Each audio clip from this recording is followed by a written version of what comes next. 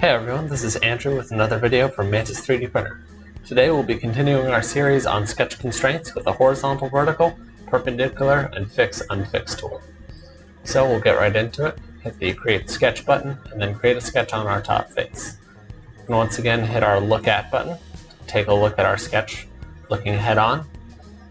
We'll be working with, like I said, horizontal, vertical, perpendicular, and the fix unfix tool. So we'll start with horizontal, vertical.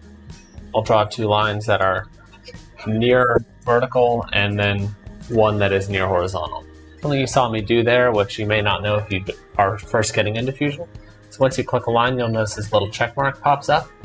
If you don't want to draw another line, you can just hit this check mark and it'll finish the line.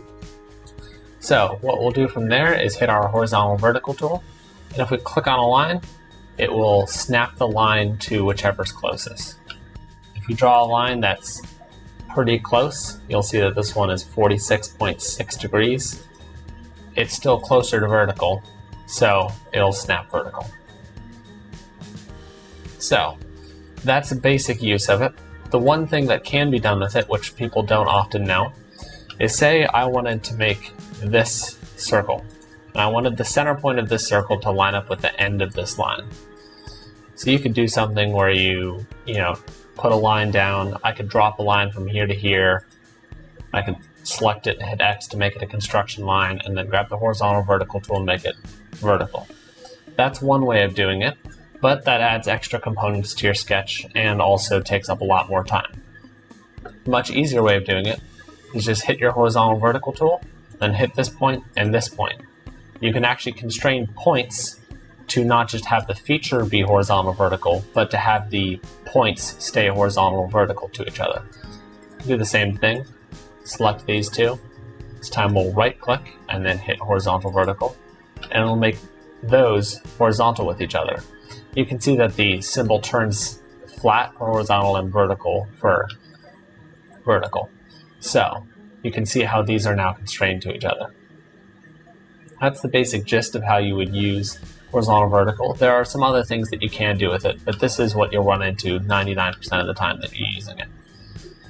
So we can select these and delete them. So if, say, we drew a line, and then we drew another line here. Neither of them are horizontal or vertical. If we made this one horizontal, and then we wanted this one to connect to the end here, we could drag it, or we can use our coincident tool. And then we could select this to be vertical. This can be rather tedious and can create a lot more constraints and points than you're looking for. So one thing that you can do, which is a lot simpler and references another line as opposed to having it be vertical in space, is use the perpendicular tool.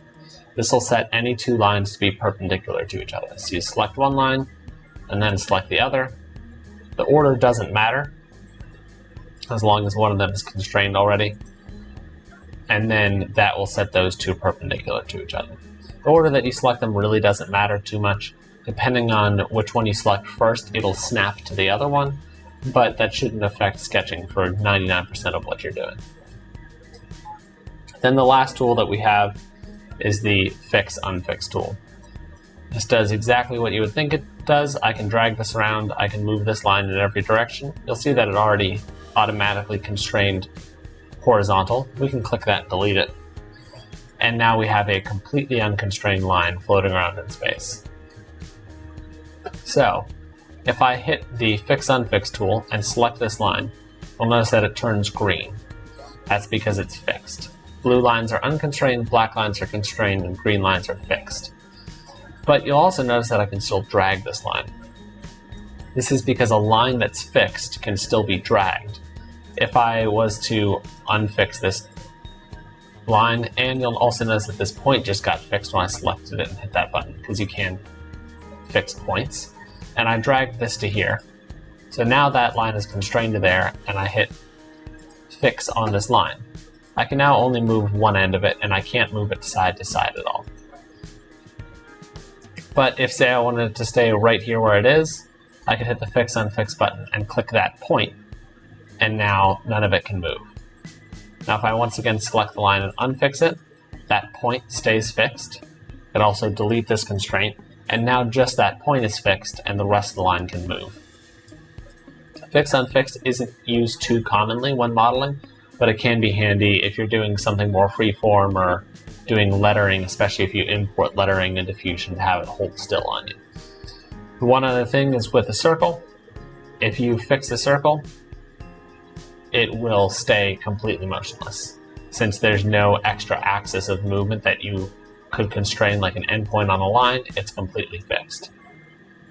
But if you just fix the center point, only the position of the circle will stay still, and then you can change the size independently. That's all I have for you today. Don't forget to like and subscribe to see future videos from Manus 3D Printer, including the continuation of our constraint series. Thank you.